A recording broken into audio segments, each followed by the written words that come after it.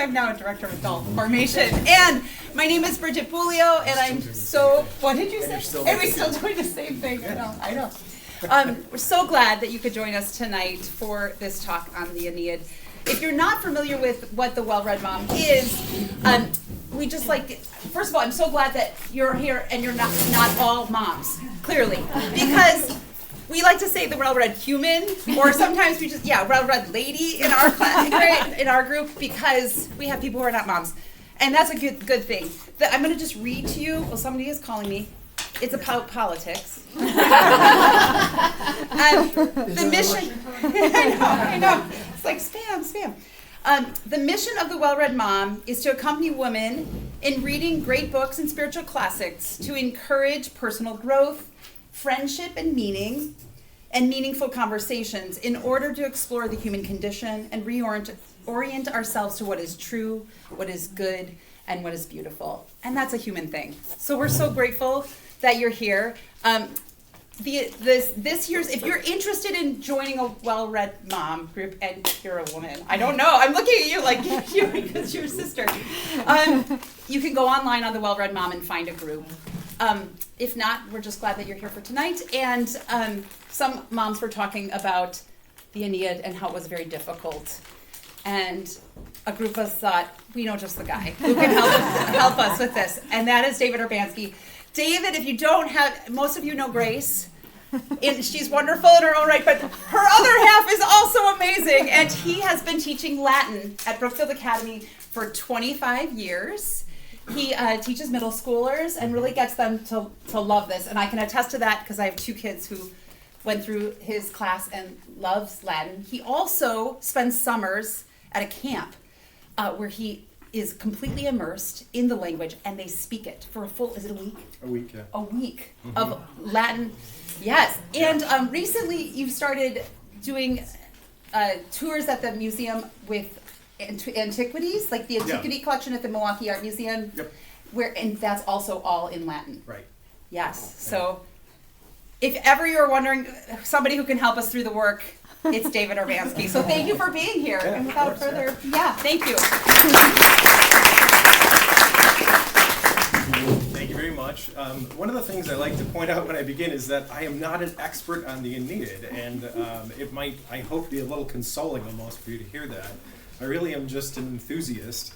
I talk about it with my students, but I don't teach the sections of the Aeneid. I teach middle school, and the middle schoolers are all a little bit too young to be able to handle that level of Latin. I've committed myself to teaching the beginning of Latin, which I just think is very important, and I love it. I love teaching the beginning of the language.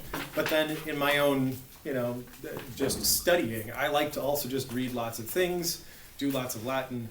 I myself have been reading the Aeneid in Latin, and I've read, the Aeneid in English a number of times as well, but I'm making my way through the whole thing in Latin. I think I started, now I don't do it every day, and I've been doing other things too, but I think I started it maybe a year ago, and I'm in book 2, and so it's very slow, right? And that's part of the whole point here, is, if you're interested in sort of an introduction to the Aeneid that might make it more manageable, one of the things to know is that this is really just a big undertaking. It's not quite like reading some other things. By the way, before I move on, this is a famous picture of Aeneas. And it's got the classic image of him carrying his father and holding his son by the hand. And that's his wife, Croesus, who's just about to die. Spoiler. So this is escaping burning Troy. So we'll get back to that in a minute. Some people probably start reading through the Aeneid and say, why am I doing this? This is really a huge work. What's it all about? And I thought, well, it probably goes right along with the idea of what it means to be well-read, as in a well-read mom. One of them is just the heritage, just understanding where we came from. There are going to be so many references. For instance, what we call etiology. And etiology means, and that's why to this very day we still call it whatever, the old swimming hole or something like that. And so it's, and so for example, in Italy there's Cape Palinuro. And that's, and by the way, I'm going to do a lot of spoilers if you haven't read it yet. This is the part where Palinurus falls off the ship and he dies. And so it's, to this day, it's still called Cape Palinuro. And there are a lot of things like that. So those are just kind of fun to discover. But then besides that, you will find references to the Aeneid over and over and over again. And in the Aeneid are references to things that came before the Aeneid over and over and over again. And so there just becomes this fabric of kind of what we're supposed to know as educated Westerns.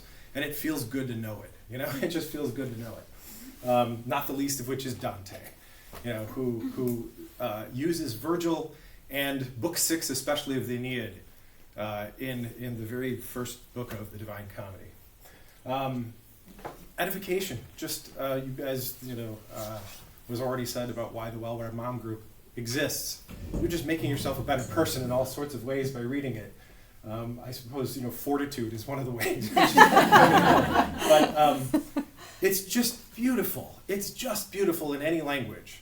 The English is great. The Latin is just exquisite. I mean, and I always feel sad. Once in a while I like to quote Reginald Foster, who is Father Reggie Foster, who is one of the greatest Latinists of our time. And he lived in Milwaukee, actually. And sometimes he'd be trying to explain something in Latin and why it's difficult, and he would just go, "Sorry." So to quote the great, it really takes a lot of work to learn how to read this in Latin. I mean, really, I think you'd have to dedicate yourself to 10, 15 years of Latin in order to really be able to read it to a certain extent, and not even nowhere ever as quick as you would read English, right? And so it's very slow, but it's so worth it. It's just exquisite. So I'm sorry that it's actually so hard to read in Latin, but at least we have great translations we can read in English, and it's beautiful in English. And in fact, I'll show you Sarah Rudin. Her, I know not everybody may even be using that translation, but that's the translation that was recommended by the Well-Read Moms group. It was just translated just a few years ago, and it's just a wonderful translation. I really love it. Just humanity. To quote the ideas of Livy. Let me pull up a quotation from Livy. I've got it on my phone. Livy, who was a Roman historian, and he starts in his introduction explaining why he's even undertaking a history of Rome. Like, why would I do something so outrageously difficult as a history of Rome? And he says this: the study of history, now he's talking about history, but similar. The study of history is the best medicine for a sick mind. For in history you have a record of the infinite variety of human experience plainly set out for all to see. And in that record you can find for yourself and your country both examples and warnings. Fine things to take as models, base things, rotten through and through to avoid. So, you just encounter humanity in the Aeneid over and over again. Every page. He's got just beautiful descriptions of raw humanity. And it's just a beautiful thing to encounter. So those are some examples of why you might read it. There probably are more. It's actually rather like why to take Latin in the first place. It's not just one reason. There are all sorts of things that it gives you. So, but I also like to point out that this really is a huge task for a modern adult, especially a busy adult who has children and a job, right? This is really not a small thing. It's not a novel. You don't really want to quite lump it in your head with the rest of the novels. Novels can be read quicker.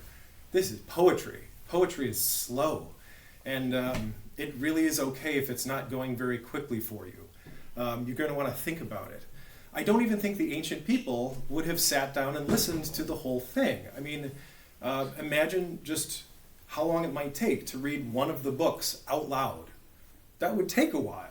That could take a whole evening. And I think that's what they might more have done, was listen to maybe one book at the most, or maybe even selections from one book. And so I think they might have even thought of, I'm sure Caesar Augustus probably at one point heard the whole thing because it was written for him, but I think they would have probably thought of reading the entire thing like cover to cover as a little bit crazy. That's a lot. It's like binging, 12 seasons of something. And so it's not quite the same. It can't be skimmed. It's much less easy to skim in Latin too. Latin can often be like a puzzle. Sentences can be like puzzles on purpose, just to try to keep them interesting and fun and expressive. And so you might have to sit and work out the puzzle of one little line. And there are times when I'm reading it where I will work out the puzzle of one line, and then I don't even want to go on. I just want to read it again. because it's so exquisite. Like, wow, that's beautifully said. Wow, that's interesting. And so, yeah, it doesn't go very quickly, and that's really okay. Also, it's just not as natural for us to be able to read it as it used to be. Even 100 years ago, it would have been easier for people to read it, I think. For one thing, really, our English has just gotten worse. It's maybe not even our fault, right? Yeah, but I mean, Stephen Beale from Marquette University, he always said, well, if we all still spoke the way Shakespeare spoke English, we'd be able to read Latin without much of a problem at all. Mm-hmm. But our English has just kind of slowly gotten dumber and dumber. And it's, nobody's fault, I guess, but it's just harder for us to handle complex ideas and sentences more than it used to be, I think. Everyone used to read Latin and Greek. I think about 100 years ago, if you wanted to get into Yale, I think it was, you had to write an essay fully in Latin and write one paragraph of ancient Greek, I think. Whoa. And if you couldn't, you just can't get in. I thought, wow, okay, yeah, so your standards have dropped a little bit. But it's just to the point that everybody used to read it. And speaking of Shakespeare, like, he knew Latin and Greek by the time he was 12. He would have known it all by the time he was 12. He was done learning it by the time he's 12.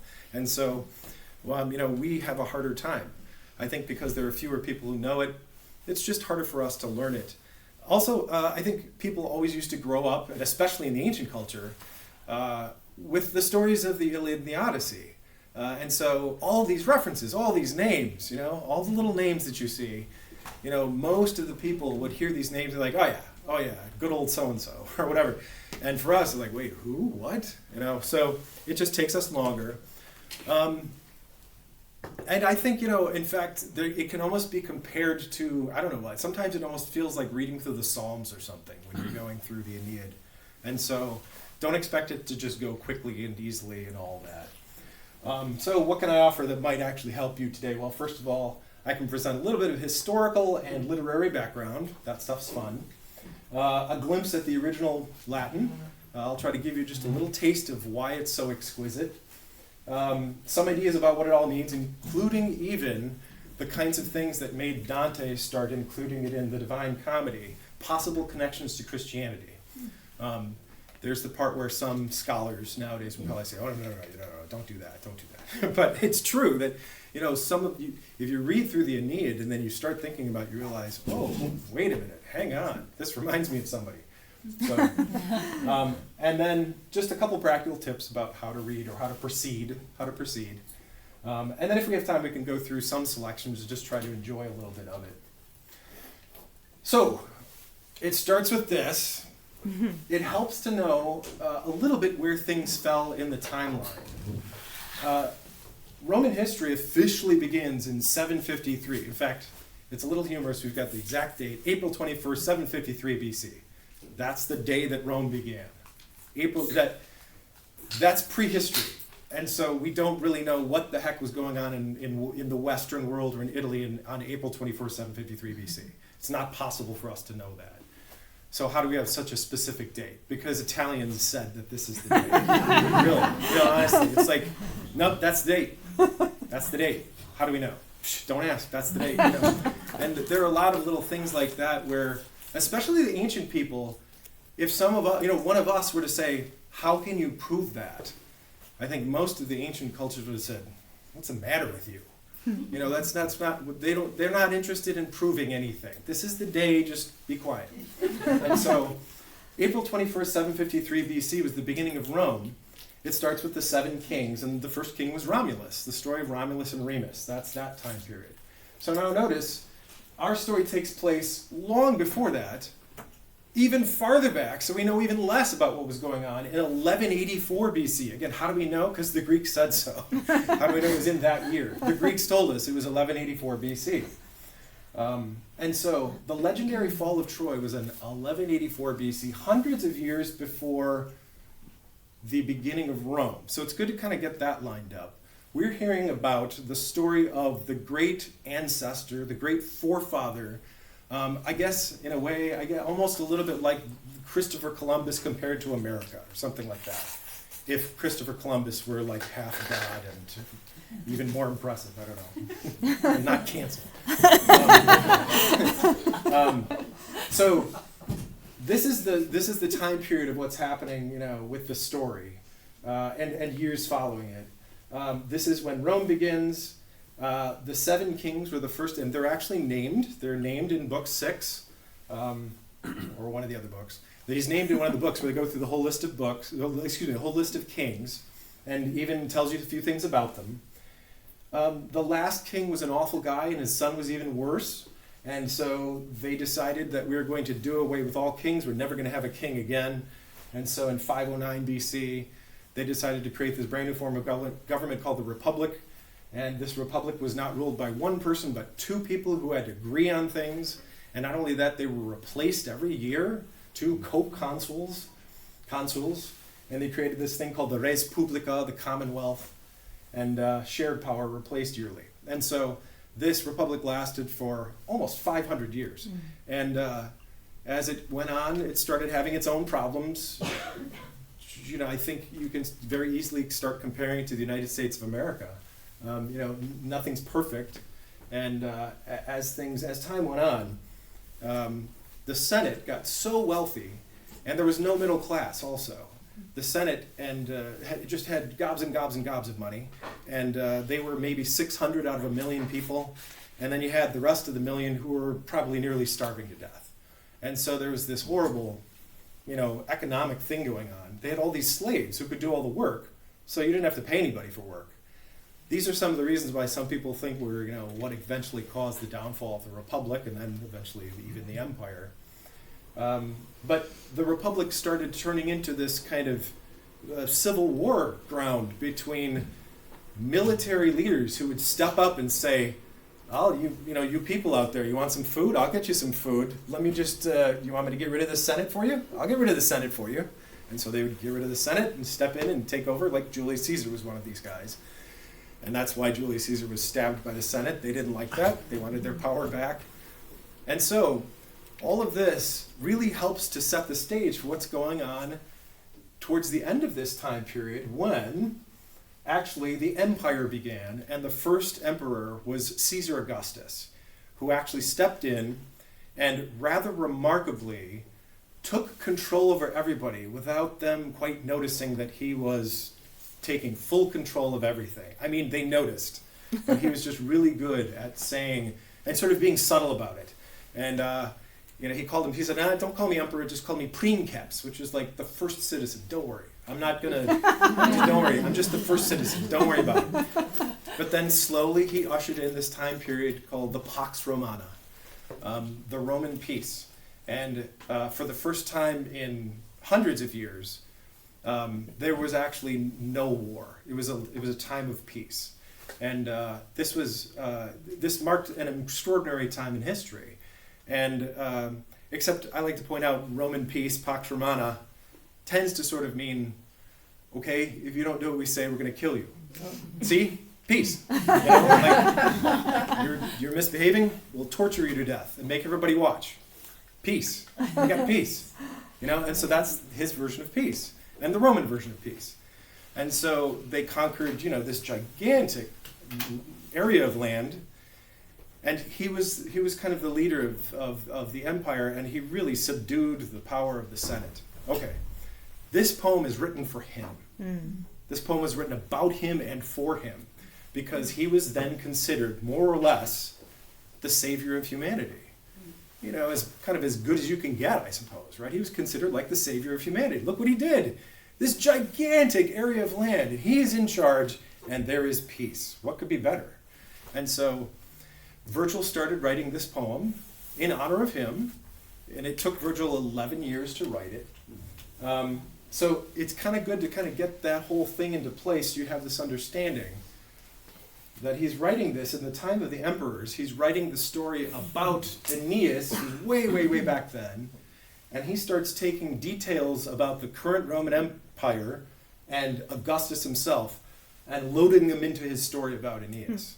And so, at one point when Aeneas starts trying to figure out why is it so important for me to start this race of people, he goes down into the underworld, wonderful part, book 6, and he speaks to the ghost of his father, and his father basically tells him the up-and-coming history of Rome.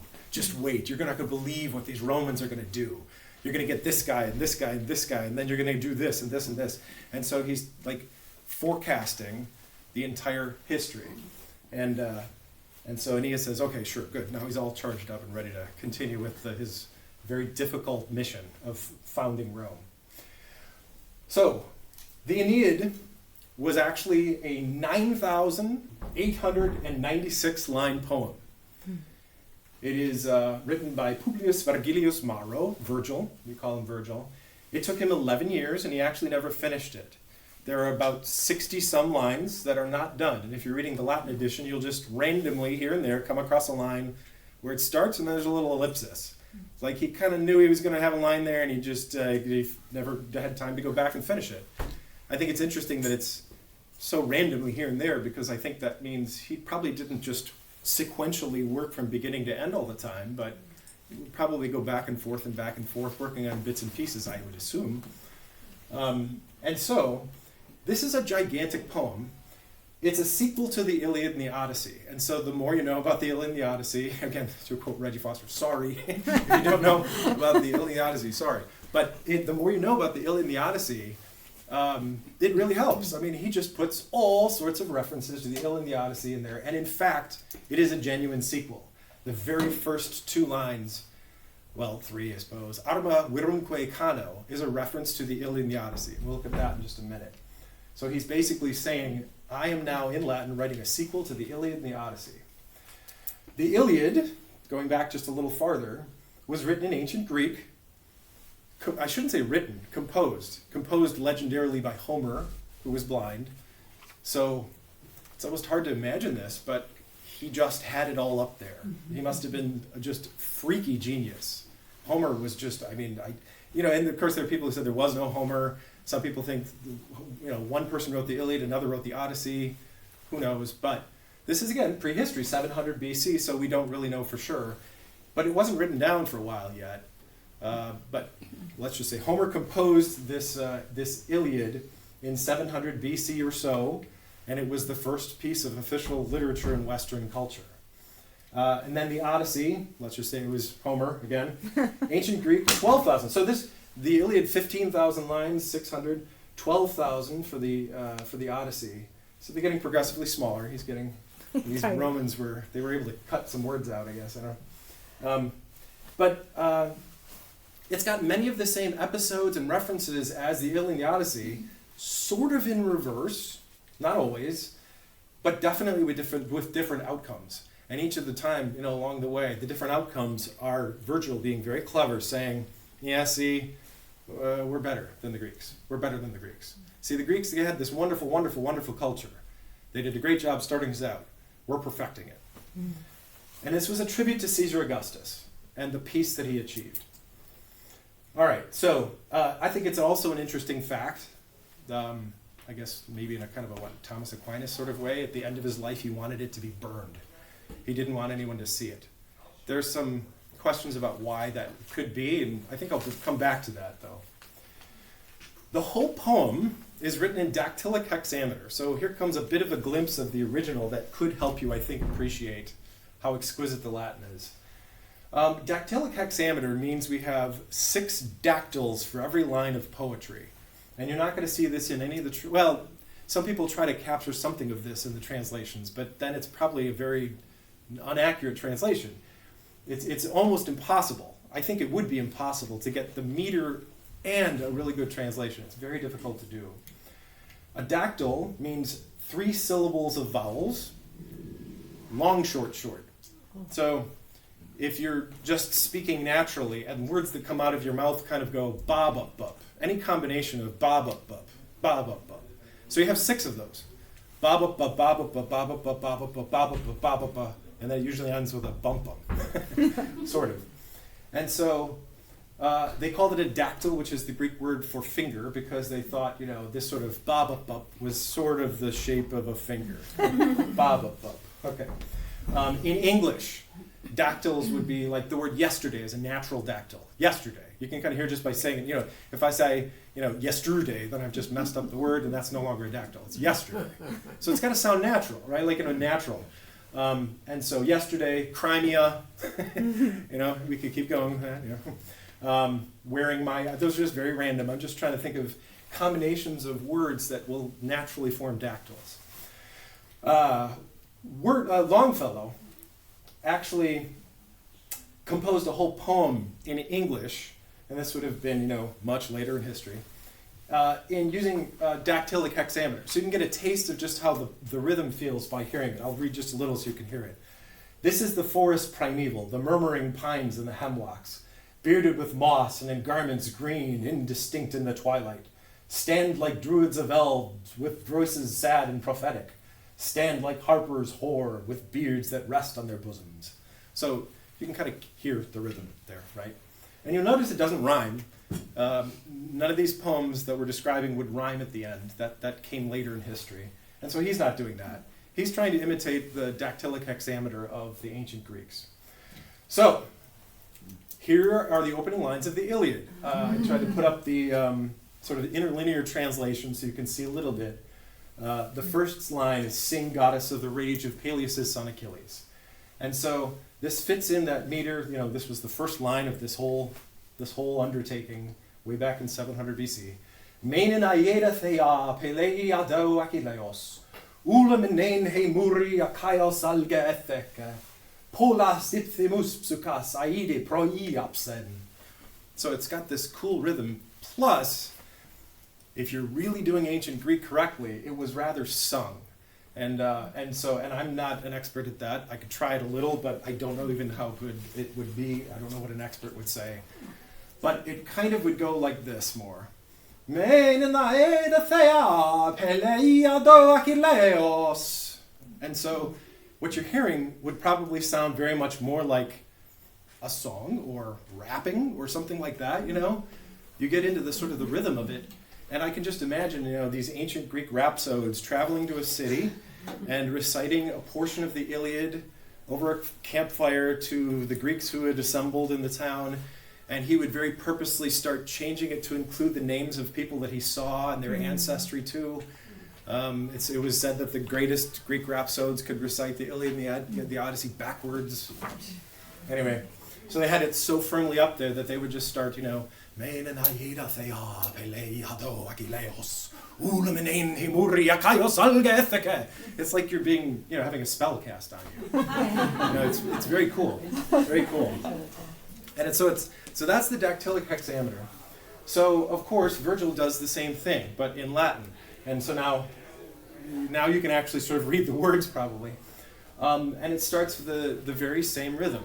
Arma virumque cano Troiae qui primus aboris, Italiam fato profugos la vignaque venit litura, multui let terris jactatus et alto, blah, blah, blah.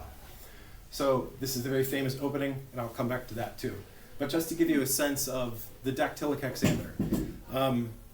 So just maybe try to imagine trying to write that many lines of poetry fitting into that rhythm all the time, and not only making it like one of the greatest stories really ever written, but just with this exquisite choice of language. And it's a genius level work of art. It really is. And there's a lot more to it than that. He'll do other things too that kind of make it sort of very special if you're reading it. And you can just see the cleverness is just everywhere. Cleverness is everywhere. He was just an incredible poet. And again, it took him 11 years to get most of it done. The story of Aeneas. All right, so maybe a little bit of the background of the story of Aeneas, too, to try to help you understand a little bit about it.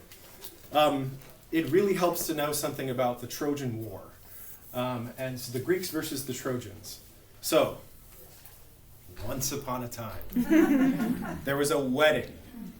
It was between a water nymph and a warrior, Peleus, who eventually becomes the father of Achilles. And Peleus was having his wedding, and he's marrying a goddess, and so there were a lot of gods and goddesses who were invited to the wedding party, but the one goddess that was not invited was Strife. Aeneas in Greek, strife, like fighting, bickering, arguing sort of thing. And so she was very upset that she wasn't invited, so she came up with a plan, and on a golden apple, she wrote the word Kalisti, which means for the most beautiful, and she threw it in between Hera, Aphrodite, and Athena. And then now she was invited to the wedding because they started to argue about who the apple was for. And so they decided to pick on a young prince named Paris to decide who was the most beautiful. And they all offered gifts to him, too. This is the short version, by the way.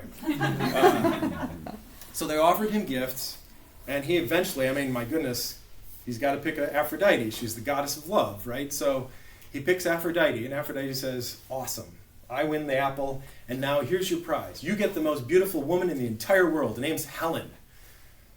She's already married, but see you later. So there are then different versions of whether or not Helen was stolen by Paris, or whether he was actually at their house for dinner, I don't know, at their house, staying at their house. Helen and her husband Menelaus, and in Sparta, and so eventually Paris ran away with Helen. And you know, there are different conflicting versions of the story, whether she went willingly, whether she didn't. In the main version that's told in the Iliad, she did, because then she's got a whole scene where she talks about how much she regrets her decision of having done that. In other versions, she was stolen by Paris. And the Greeks did not mind one bit if they had like completely conflicting stories, you know. And if someone said, "Wait, which one was it?" They'd be like, you know. So, and then there's another third story where this is one of my favorites, where actually it wasn't the real Helen that actually went to Troy.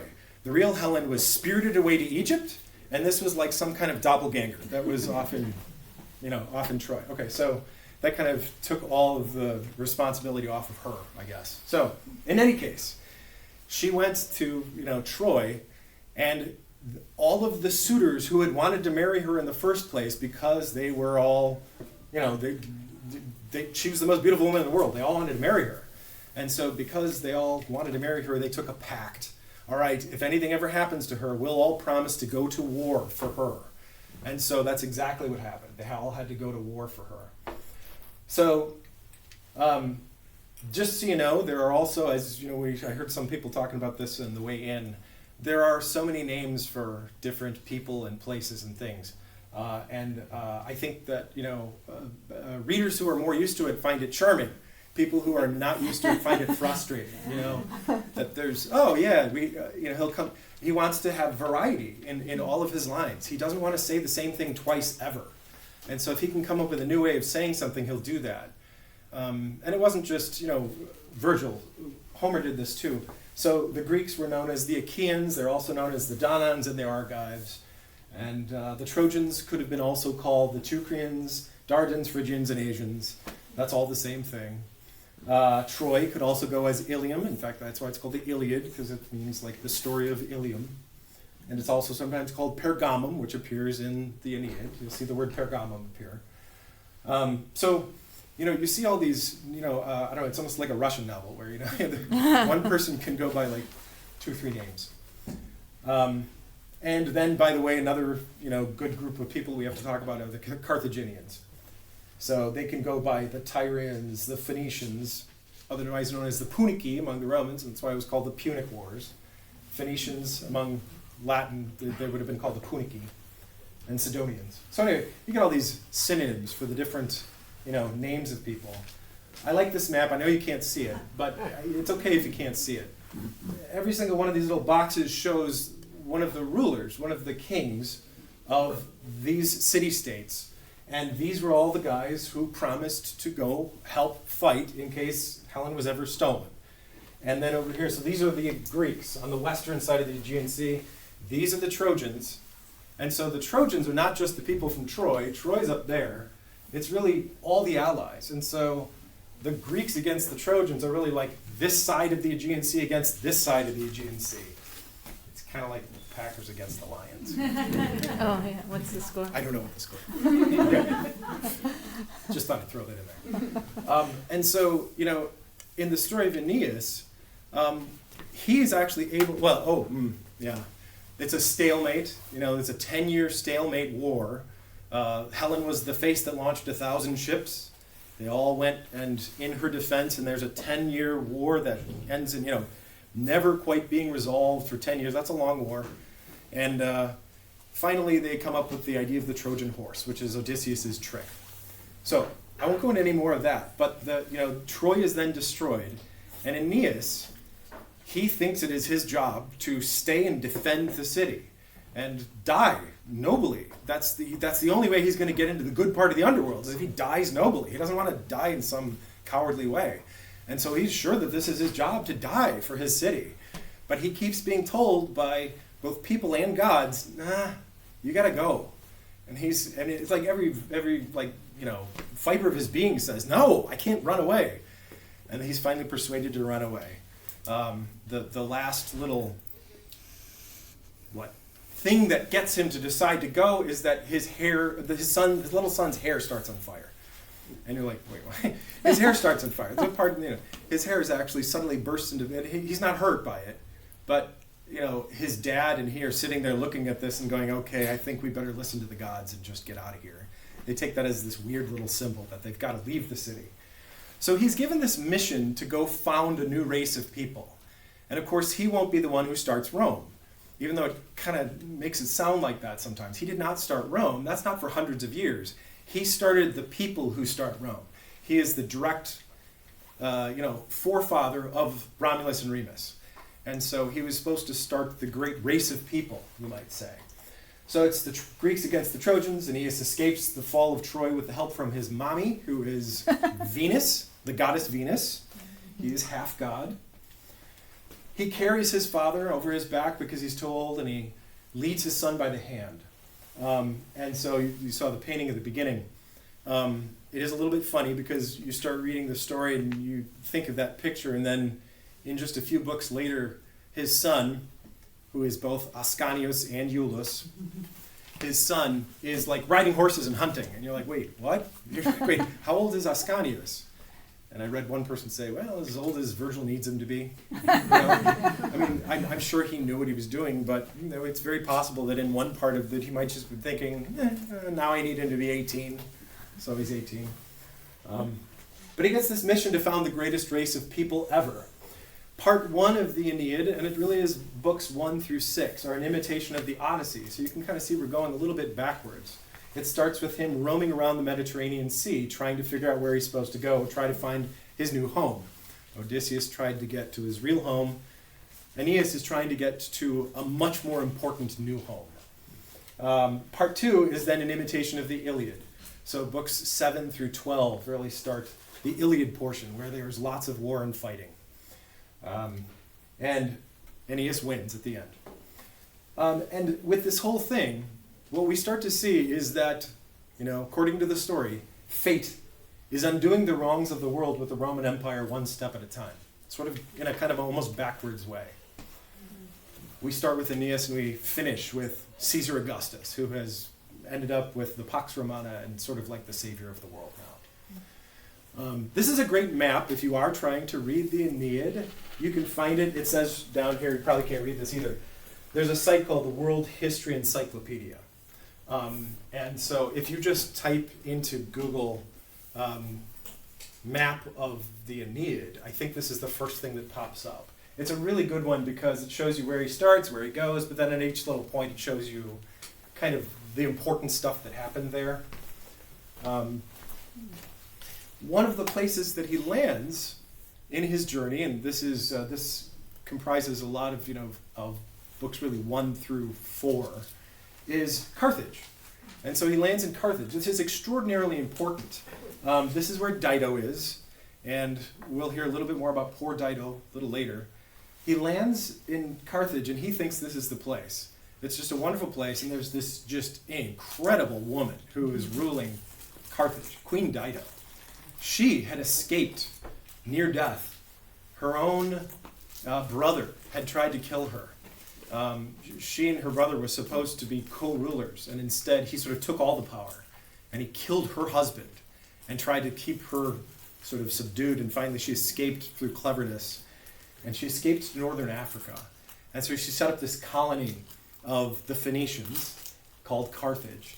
And so that's the legend. And this is one of Juno, the queen of the gods, otherwise known as Hera. That's one of her favorite places on earth. And so when he lands there, he really wants to stay there. She's an amazing woman, and she's got this bustling city, which is just doing really, really well, thriving. And she's just this impressive person, and he's impressed with her. They fall in love, but then Mercury is sent by Jove. So again, Zeus is otherwise known as Jupiter among the Romans, but also Jove. Jupiter, Jove, same guy, God. So he sends a message saying, no, you can't stay here, got to keep going, keep moving. And so he sneaks away, and Dido's not happy. He completely breaks her heart. And there's just some wonderful human moments of Dido's heart being broken. All of what she says, all of what she does. It's some of my favorite parts. It's just so moving. But, when he leaves, she eventually, again, spoilers, sorry, she commits suicide. And so, he actually eventually continues his journey and lands in Italy. He has to travel down into the underworld, and in case you didn't know, the entranceway to the underworld is in Cumae. It's right there. Kind of sounds like we can still find it. He's led into the underworld by a prophetess of Apollo named a Sibyl. And so the Sibyl of Cumae takes him down into the underworld, leads him down there, and then he emerges from the underworld. And from then on out, he's no longer really just plain human. Something's happened to him. And he becomes almost like this godlike hero who can just do just about anything. And it's not like everything still goes just right for him. But he can, and from there on out, things go pretty well. There are still some things he has to suffer. But eventually, he lands in Latium, and he meets the king there named King Latinus. That's where we get the word Latin from. The whole area is called Latium. And King Latinus had this prophecy that some stranger would show up, and that he was supposed to give his daughter to the stranger. I'm not really sure I would follow that prophecy, but anyway, he does. And the original suitor, named Turnus, is very upset with that. And so the original suitor says, hey, wait a minute. And so he forms a battle and starts to try to destroy these new Trojans. And there's the war part. Aeneas wins. So that's kind of the whole thing. I just gave you the summary of the whole thing in a way. What does this all mean then? And why would we want to really read it? Aeneas is really claiming that this is the great reversal in the generations of man. They had these myths about human beings. It's not too different from the Hebrew or Christian tradition of before the fall and after the fall. We talk about pre- and post-lapsarian in the Garden of Eden and how things completely changed after that, And so we've got these so for us, it's kind of like two ages of human beings. But for the Greeks, it was this sort of progression from absolutely wonderful, perfect, what they called the Golden Age. And in Rome, that was guided by the god Saturn, who was actually the father, Kronos, otherwise known as Kronos among the Greeks. And so Saturn and his Golden Age.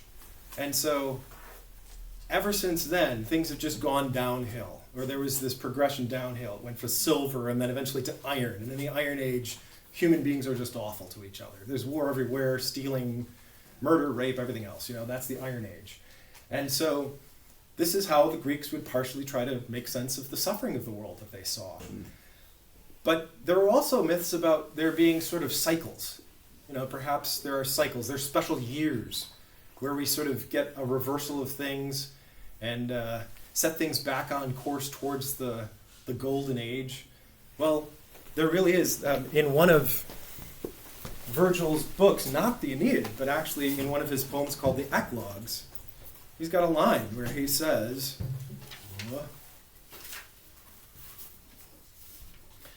now is come the last age of Cumean song, the great line of the centuries begins anew. Now the virgin returns. See, that's a line that Christians start to wonder about. The reign of Saturn returns. Now a new generation descends from heaven on high. And so he's talking about a return to the Golden Age. Well, when Virgil wrote this, I think he was really convinced, or at least, the first 11 years of writing it, he was convinced that we're in a new Golden Age. This is the Pax Romana. And so Caesar Augustus has ushered into the world he was the final end of the great reversal of the generations, going from bad to worse and now back to good again. And Aeneas, and most especially when he actually comes out of the underworld, was like the beginning of the reversal. There are even some nerdy details about there's a gate of ivory that he exits from and what it means, and a lot of people say this is completely unexplainable. Well, one person says it's a reversal of time, so I won't get into the details, but it's actually, things are now back on course towards returning to the golden age. So in book 6, line 791. So in book 6, line 791, and imagine Virgil reading this to Caesar Augustus. Here is the God's son you have often heard promised, Augustus Caesar, who will bring another age of gold to Saturn's old realm, Latium. And so he really says, we've made it. We're back to the golden age. So here's something that Christians can pay a special attention to. Just think about, if you're thinking about the Aeneid as a whole, so here's this guy who struggles to do his duty. And sometimes it's extremely painful and difficult. He has to sacrifice a lot along the way. He descends into the underworld. And miraculously, not a lot of people do this, he comes back alive. Miraculously, he emerges as a godlike hero who then sets the world back on track towards peace. And I just read you a little bit from the Eclogue where it's like, the world is now back on track. And so it really could seem to pagans, this is the savior of the world now come. Christians later then would look at this and say, hey, wait a minute, this really sounds a lot like Jesus. Is it possible? Is it possible that Virgil was just like an unknowing prophet? He almost starts to sound a little bit like Isaiah here and there in the Eclogues. And so, people who are believers and believe in prophets just start to say, I think this guy really was sort of channeling God, and he was really mistaken about who he's actually, celebrating here. And at least one writer suggests that, maybe that's why he wanted to burn it. Maybe he was getting to the end of his life, and he's sort of seeing all of the scandal and things like that going on around him, and maybe he's starting to doubt whether or not this really is the savior of the world that he's writing this poem for, and now he wants to burn it. I don't know. I'm glad he didn't. But those are just things you can speculate on. But peace was truly achieved through Caesar Augustus. They have a temple, which you can still see, a temple where the doors are closed when there's peace. And the doors of the temple of Janus. And when the doors were closed, it only happened actually once before this, at the end of the Punic War. So the Romans really thought that this was a golden time that they had arrived at. And again, they're saying by this whole poem, Virgil is sort of saying in this whole poem, those Greeks were wonderful people, but we're the best. It really is. That's kind of how it really goes. It also then provides all this background for Dante's Divine Comedy. My goodness, some of the parts of Book 6, when he travels into the underworld, it will remind you a great deal of just the beginning of Dante's Inferno. And then, if you don't know, Dante, who wrote finished it in 1321, he takes Virgil takes him on a tour of hell, of the Inferno. Virgil is, as a pagan, is stuck in hell, but he's, I guess, in sort of like the nicest part of hell you could possibly be in if you have to be in hell. And so he takes Dante on a tour of hell, and some of the parts of it really do start to feel this is much longer, but in a small form, like Book 6. When it comes to the significance of each little section, people talk about where are the cliff notes. I don't know if that's possible. My first thought is it can't be summed up. Like the individual parts, what's so great and meaningful and wonderful about each little part, it can't be summed up. You have to encounter it on your own. You really do. You'll see it for yourself. The points are something they have to encounter on your own. Choose a section. Just sort of meet it, read it, look up references if you want to. Otherwise, just to try to meet the humanity of the section that you're reading. And discover all these wonderful emotions that he's described. I'm sure you will read a section and be like, oh yeah, that's happened to me.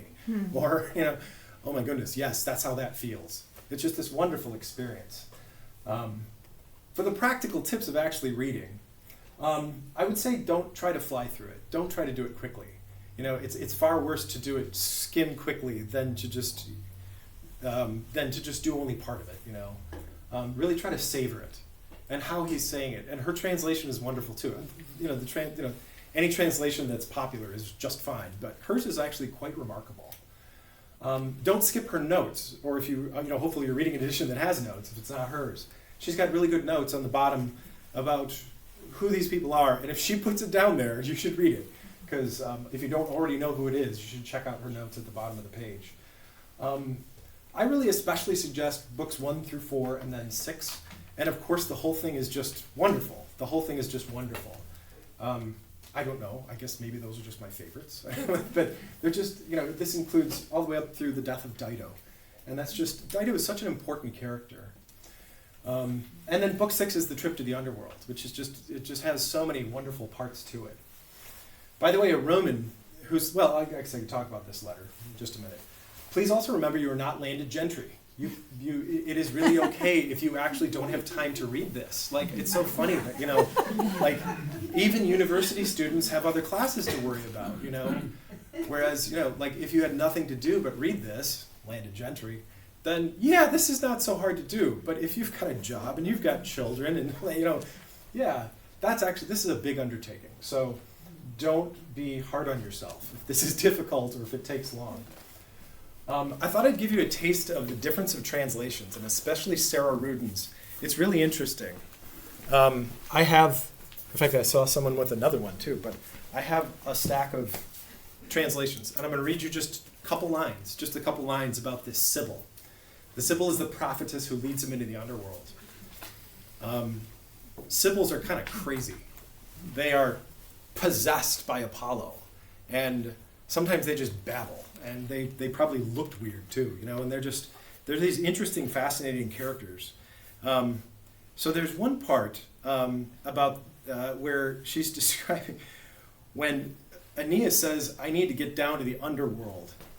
And she has these lines where she basically sort of says, all right, so you want to get into the underworld. Well, Sarah Rudin really fleshes out her character and makes her really kind of interesting. Let me read, this is the oldest translation I have right now, which is 1916. His name is Fairclough. And this is also the Loeb edition, which has Latin on one side, English on the other. So a lot of people might have this who are scholars. So she says to him, when he says, I want to go down in the underworld, she says, well, if such love is in your heart, if such yearning, twice to swim the Stygian lake, twice to see black Tartarus, and if you are pleased to give rein to the mad endeavor, hear what must first be done. So this is Fairclough, 1916. 1971, this is Mandelbaum. This is one I read in college. Let's see. But if in your mind is moved by such a love, so great a longing, it's starting to sound a little bit more, 20th century. Mm-hmm. Twice to swim the lake of Styx, twice to see black Tartarus, and you are pleased to try this mad attempt, then, Trojan, hear what you must first accomplish. They're all going to be very similar. This is Fitzgerald, who's one of the more recent ones. This one is 1981. Let's see. But if you feel such love and such desire to cross the Stygian water twice, to review the night of Tartarus twice, if this mad effort's to your liking, then consider what you must first accomplish. Okay. Yeah. Getting just a little bit more edgy? I don't know. Sarah Rudin. Let's see. If you're in love with floating twice on pools of Styx and hot to see black Tartarus twice, if your whim is plunging in this mad task, hear what to do first. So I love that, she's being really, as the Romans would have said, salse, salty. That's really she's just kind of really, I love the way Sarah Rudin really captures her, gives her an attitude. She's like, okay, you're so hot to go see hell, let's go. And she's like that throughout the whole thing. So there's just one little glimpse of her translation and how it's a little bit different. You can kind of imagine, some of the older ones are just a little more formal. a little more literal. Hers is less literal, but it's got this a little bit more of a raw emotional feel to it. It's very fun. I think it really captures the flavor, the feel, maybe better than some of the others. She might take liberties a little bit here and there, but it's not that much. Let's see. I thought I'd just show just a couple of selections. The opening lines. The opening lines are so famous. The opening lines. Arma virumque cano. Arms meaning weapons, and a man. And so right there in those first two words, he's saying, I am writing a new Iliad and a new Odyssey. Mm. So he's saying right now, check out what I'm doing. It's a pretty big undertaking. This is my new Iliad and Odyssey, obviously in Latin. And, this man who first, from the shores of Troy to Italy, driven by fate, came to the shores of Lavinia. And so Lavinia is the town where he eventually founded. And tossed both on land and sea. Much he was tossed by land and sea. And then it starts talking about the anger of Juno, who sent him into a shipwreck. And so there's this wonderful, just sort of glorious introduction. I'll read her whole first introduction in English of how it all goes. Arms and a man I sing, the first from Troy, a fated exile to Lavidian shores in Italy. On land and sea divine force shook him. Through ruthless Juno's brooding rage, war racked him too until he set his city and gods in Latium. There his Latin race rose with Alban patriarchs and high Rome's walls. And then that's as far as I've gotten here, but then she continues a little. Muse, tell me why. It was a traditional thing to start an epic poem asking the muse for help, the muse of epic poems to help. What stung the Queen of Heaven? What insult to her power made her drive this righteous hero through to so much undoing and suffering? Can God's hearts know such fury? I mean, right there, can God's hearts know such fury? What a great line, and just, you can meditate on that, right? Okay, so there's also, I love this little part, speaking of just sort of humanity and some of the choice bits. It's on page 10 in the Rudin edition. I think anybody who's a parent would know this, but anybody who's been a ruler would know this idea. He's been given a mission by God himself, Jove in this case, to go found a new race of people. He's doing his best, He's going here, he's going there, and it is not going well all the time. And now all of a sudden, there is a giant shipwreck thanks to Juno persuaded the king of the winds to send a wind and destroy the ships. And he thinks his whole fleet is just destroyed. He sees a few of his guys, but he thinks, all right, well, okay, now what? Now what? That's what he's probably thinking in his head. But what he says to his men is different, So, O socii nequinem mignari sumusante malorum, O passi graviora, dabit Deus his quoque finem, forsan et haec olim meminisse jubabit. That's a great little quotation. I'll tell you what it means. Page 10. So, as a good leader,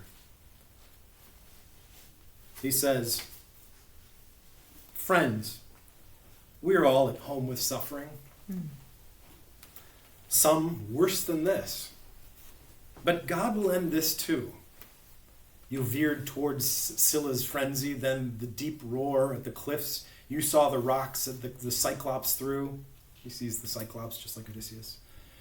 Revive your hearts. Shake off your gloomy fear. This is the part I have underlined here. Sometime you may recall today with pleasure. And I like, it's, one day, Olim, one day, perhaps even these things will be delightful to remember. Sort of, you say, one day, even this. It's almost like, we'll laugh at this later, right? We'll laugh at this later.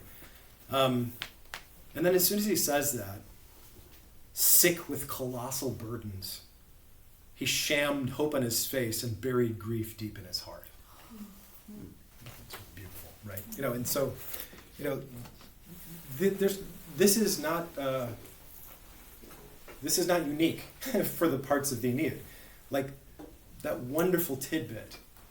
It's just you're going to see things like that over and over and over and over again. Just these wonderful choice bits of humanity that he's sharing. Poor Dido. Dido has set up this city and become, a remarkable thing in the ancient world, a female queen who has the respect of people around her. And then this guy shows up. And it's not even fair. Venus, Aeneas' mom, actually lets Cupid go and shoot her with the arrows, so she is love-struck and smitten with him. And she wants him to stay, and he wants to stay. And so there's, really this beautiful little love thing. But, poor Dido, she knows kind of deep in her heart that this isn't going to last, and that he said he's got to go do this thing. But, this is just the description of her being in love, at the very beginning of book 4. Now the queen's lifeblood fed her brutal love wound. A flame unseen gnawed at her hour by hour. And then a little bit later, his hard fate and the long grim war he told of, if ever my heart moved from where I fixed it, I set myself against the ties of marriage, when death had cheated me of my first love, blighting for me the wedding torch and chamber. I might relent this single time and falter. This one alone has moved me, now I waver. And so she falls deeply in love with him. And of course then he leaves.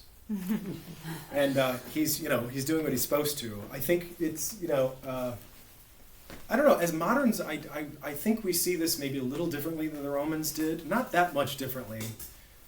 But, he did not actually commit to her, and but he leaves, and there is something about him overcoming for the sake of pietas, which is, we think of it as piety. It's really more like devotion to this mission and cause.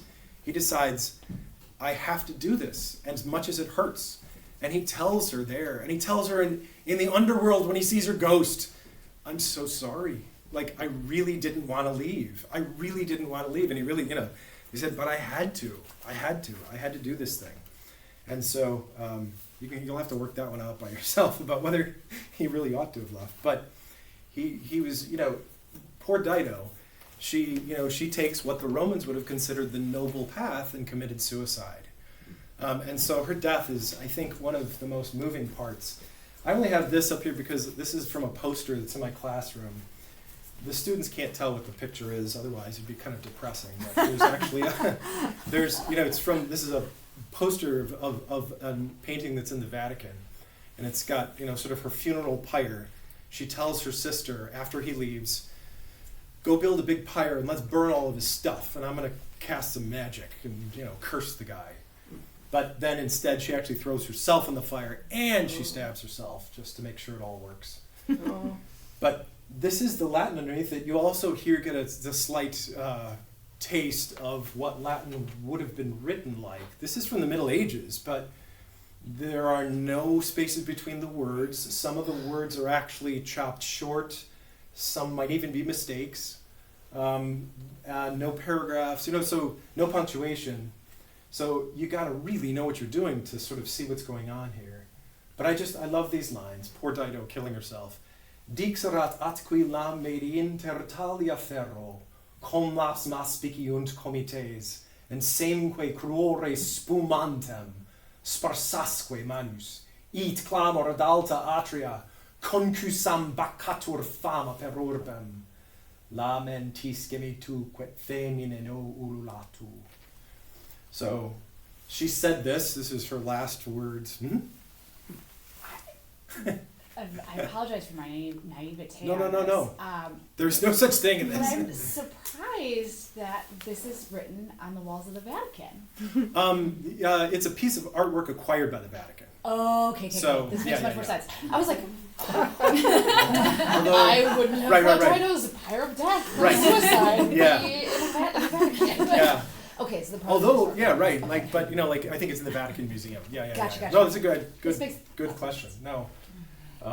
Yeah, so poor Dido is committing her suicide. She just spoke her last words, and she says, and she said all this, and then she struck. Deep entered in her side the piercing steel, with reeking purple dyed. Clogged the wound, the cruel weapon stands. The spouting blood came streaming on her hands. Her sad attendants saw the deadly stroke, and with loud cries, the sounding palace shook. So there's one translation of it, but poor Dido. And then he sees her later in the underworld, and she won't even talk to him. So. Fair. Right. That is all I had prepared for today. I don't know if there's anybody.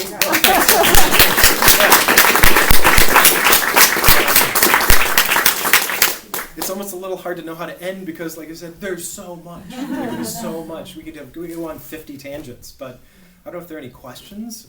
Yeah. I actually, so Juno, I was like, I didn't really know that goddess. I like Googled her, and she's the goddess of marriage, and she's so nasty. And I was like, how are you the goddess of marriage, but you're so nasty in this book? Yeah, that's not the only place she's nasty. Yeah. Gosh, yeah, right. No, she is. Hera is very serious, and she's very serious about marriage, and her husband Zeus is not. And I think that's why she's so upset all the time. Right? Like, She wants him to be committed, and he's just not committed at all. Well, that's too nasty. Yeah. And with those Greek gods, like there is just no one who understood and showed pain better than the Greeks. Like they weren't giving you a solution or an explanation. They're just like, doesn't this stink? And I think not that the Greeks, I think, would have thought that all marriages are like this, but, they have a kind of a stereotype going there of, husband's fooling around, the wife is upset with him, and, And I think part of it, too, Edith Hamilton, who wrote the book on mythology, she's wonderful book, and it's highly recommended. She goes through, like, all mythology real quickly, and she's just great at it. In the introduction, she says, the Greeks did this amazing thing for the world. They actually took gods and made them unscary. They, and they weren't the only culture that did this, but they were the big one in the Western world that said, okay, see these Egyptian gods, like with their freaky heads that look like they're monsters that are coming to get you? That's not it. They're like people.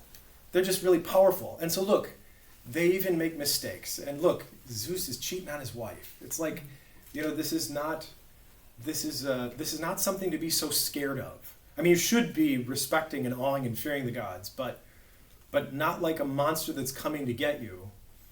And because of that, we're going to stop things like human sacrifice. Like that was one of the big things of the Greeks. That human sacrifice is part of the world where people are terrified of the darkness and terrified of gods. And the Greeks were like, no. Look, you can even joke about the gods. It's this weird thing. So I think they tried to depict the gods in a very humanish way. I guess that's one of the ways. Yeah, Hera. Yeah. Well, everything. Nothing's going her way. Like Dido was her favorite, and Carthage was her favorite, and she knew that Aeneas wasn't going to stay, and she was just bitter about it. So she tried to make it stop. From the get-go. Yeah. Is there a reason? There are reasons that can be traced back and back and back. It's like, you really start seeing, all of it's like a cascade of events.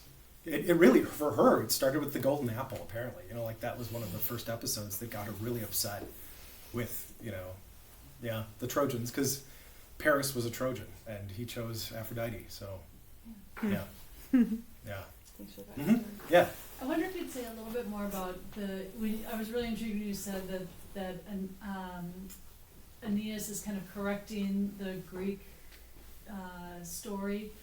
Can you say a little bit more about how they relate to one another? Like what Virgil was specifically trying to correct or trying to promote the Roman Empire as superior? And I'm thinking maybe to say something about fate versus an origin story, like a mission. Yeah. Well, that's just it. I mean, he is not dedicated to a city, as the Greeks would have been, and not like even a pact among cities, but this mission, which is beyond just a few people or something. It's like an idea. Right. And that, I think that might have been really rather unique. He's committed to an idea, and he is going to do what it takes to achieve that idea. And so, yeah, I think, the Greeks, they had this wonderful story, but, that he, and in fact, Homer teaches a lot of wisdom through the Iliad and the Odyssey. But then I think Virgil is trying to sort of rise above that in a Roman way, which is you hold these virtues ahead of everything, and you sacrifice what it takes for the correct idea. In this case, now the Roman Empire. You sacrifice anything for the Roman Empire, and this idea and this people. And so. He's kind of in some ways above the individual in a way. Yes. Where with Homer it's just all about it's really more about the individuals. Yeah. Their individual strengths and virtues. Yeah.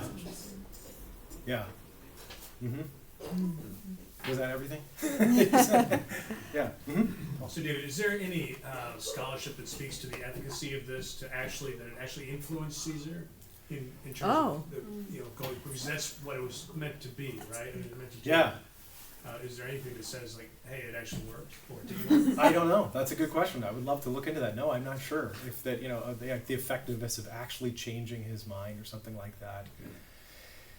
I mean, right? It's yeah.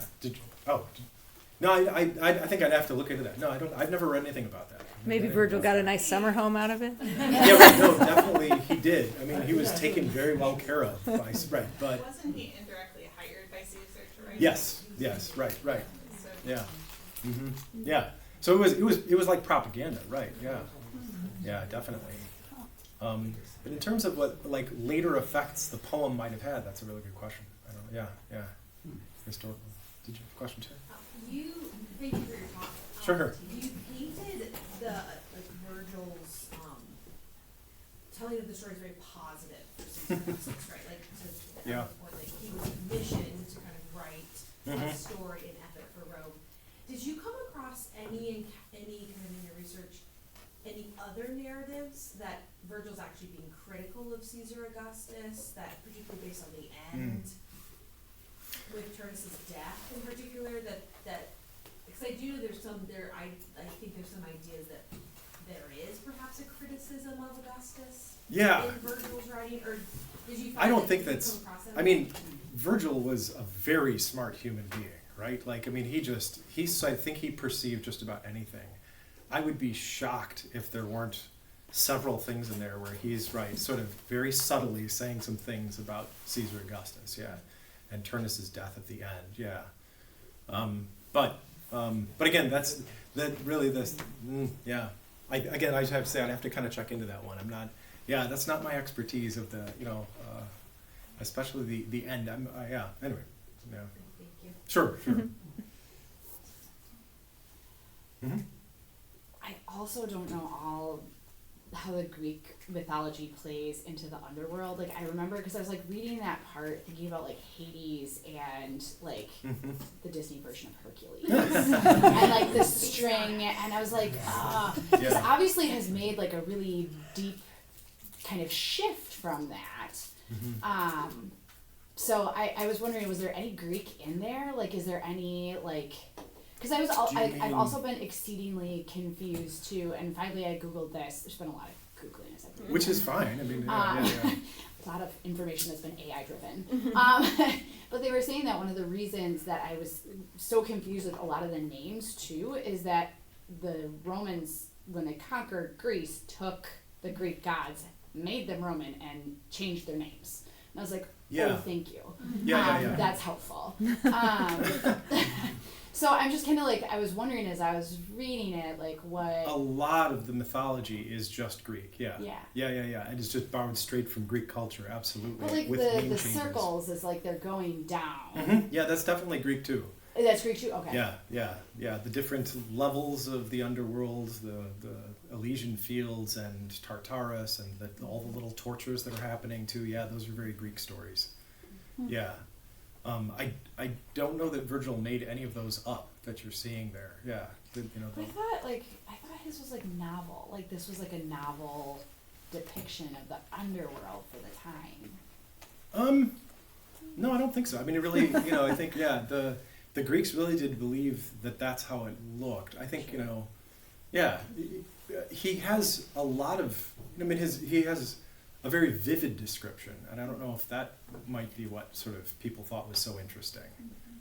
But I think he really is just doing a very Greek thing there too. Yeah.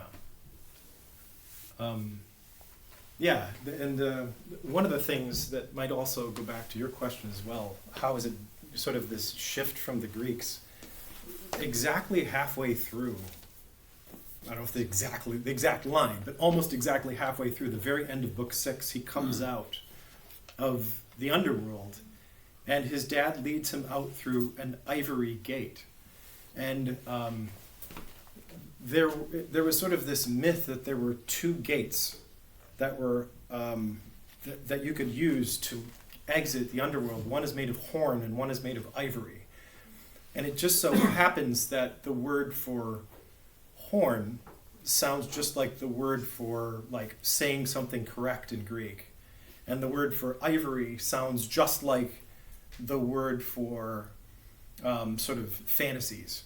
It's kind of how it goes. And so there was this sort of, I don't know, just symbolically, if you exit through, I think this also happens in people's dreams. If you exit, I don't know, through the horn gate, then it's actually going to be something true. But if you exit through the ivory gate, it's going to be false.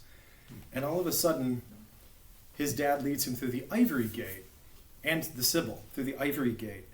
And then even Sarah Rudin says at the bottom, so when Aeneas passes through the gate of ivory, the gate of false dreams among the Greeks, this remains a mystery.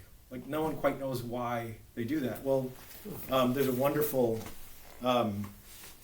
political philosopher, and Jacob Klein is his name. And he has this wonderful idea that, well, that's because we're not reading Greek anymore. So those words don't actually sound like that anymore. And so he's flipped it. And so it's like that is the very moment of reversing the Greek idea. And now what used to be the gate of ivory is now the gate of truth. And he's just started a whole new path. And now this begins the reversal of the ages of mankind. And so, I mean, like that's just one little example of like all these little things that he does. But I was so intrigued by what you said about at the end of his life he wanted to burn it. Yeah. And with the idea that maybe speculating that he was disillusioned that this isn't perfect. Yeah. This isn't what our hearts are really looking for. Yeah. Maybe that was a idea of going through the ivory gate already implanted there. Yeah. Right. That Interesting. maybe he already had the idea that, I'm projecting this, or I'm saying this is the promised land, but that's a fantasy. Yeah. It's not going to happen here. Yeah. I don't know. It could have been just hope. He was, like you said, hired to do this, right, by Augustus. He was actually commissioned to do this by Augustus, like Ellen said. And the fact that he wanted to burn it also kind of goes to your point, too, that, maybe he had some criticisms of this whole thing. Right, yeah, exactly. Oh. Wow. Great, wonderful. Well, thank you.